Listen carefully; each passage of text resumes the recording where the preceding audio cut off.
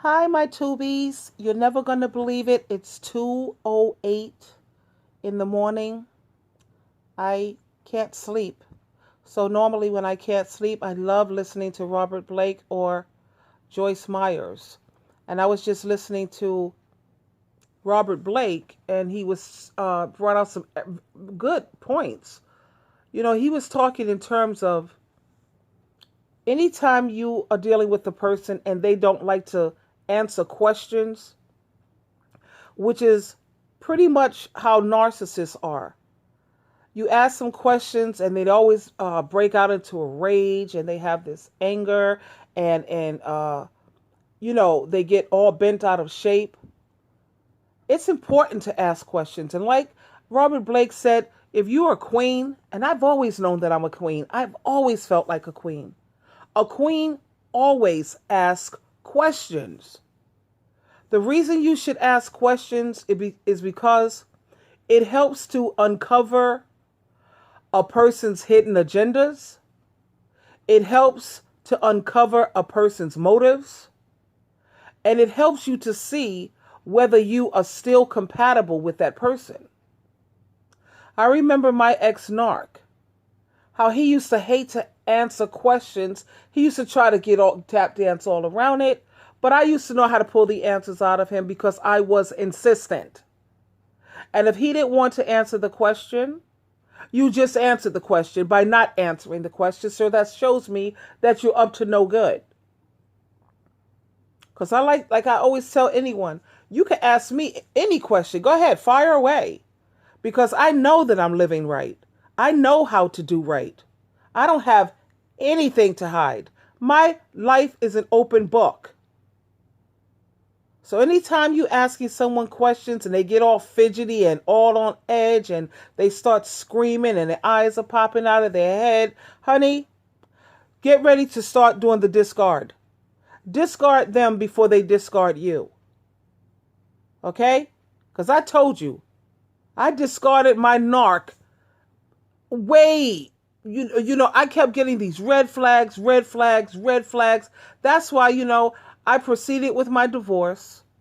I kicked him out of my house for the final time because, I got sick and tired of the lies, the cheating, the abuse, the couldn't get along with my family, couldn't even stand to see the cat happy, for God's sake. I mean, really.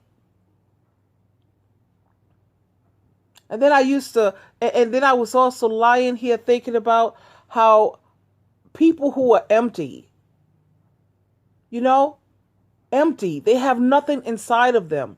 Like my ex-narc, he used to always be, I don't know what to do with myself. That's somebody who's empty. I surely know what to do with myself when I'm alone.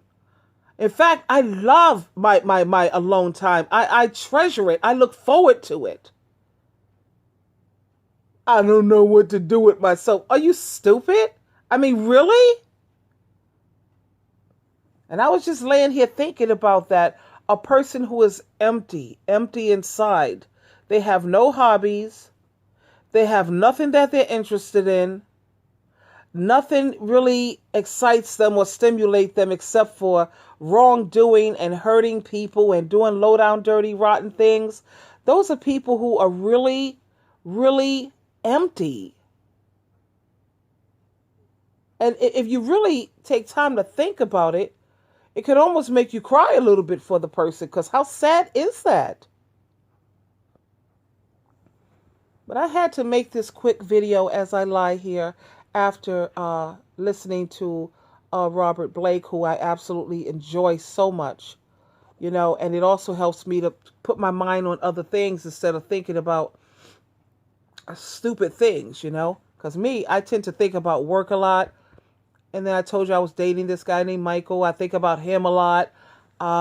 So when I put on Joyce Myers or Robert Blake, it helps me to always have something else to be thinking about. This fills my head up with other thoughts. So I suggest that to you, my empaths. If you feel like you can't stop thinking about your ex-narc or Maybe you're dating someone new and you're wondering where they're at, what they're doing, whatever. Anyway, the best thing that works for me, I can't speak for everyone, but yeah, put on some Joyce Myers. Put on some Robert Blake, man. Even some Derek Jackson. That would totally be an excellent distraction. I love you, my darlings. I'm going to try to get some sleep. I have to get up at 5 o'clock. Okay? Good night, dolls.